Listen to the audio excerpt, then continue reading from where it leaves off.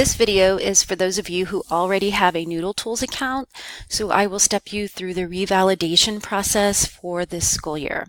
So let's start on the library homepage, and we're going to click on the Noodletool guy right here, Pasta Boy. You will then need to sign in using your personal ID and password for Noodletools. Remember, this is a username and password that you created, so I cannot look it up for you. So if you do not recall, make sure that you click on I forgot my password in order to have that reinstated. After you log in, you then will be asked to revalidate your personal folder. So you will need to type in the library username, which is America's, and the password is library. This is to show that you are connected to a library through your Noodletools account.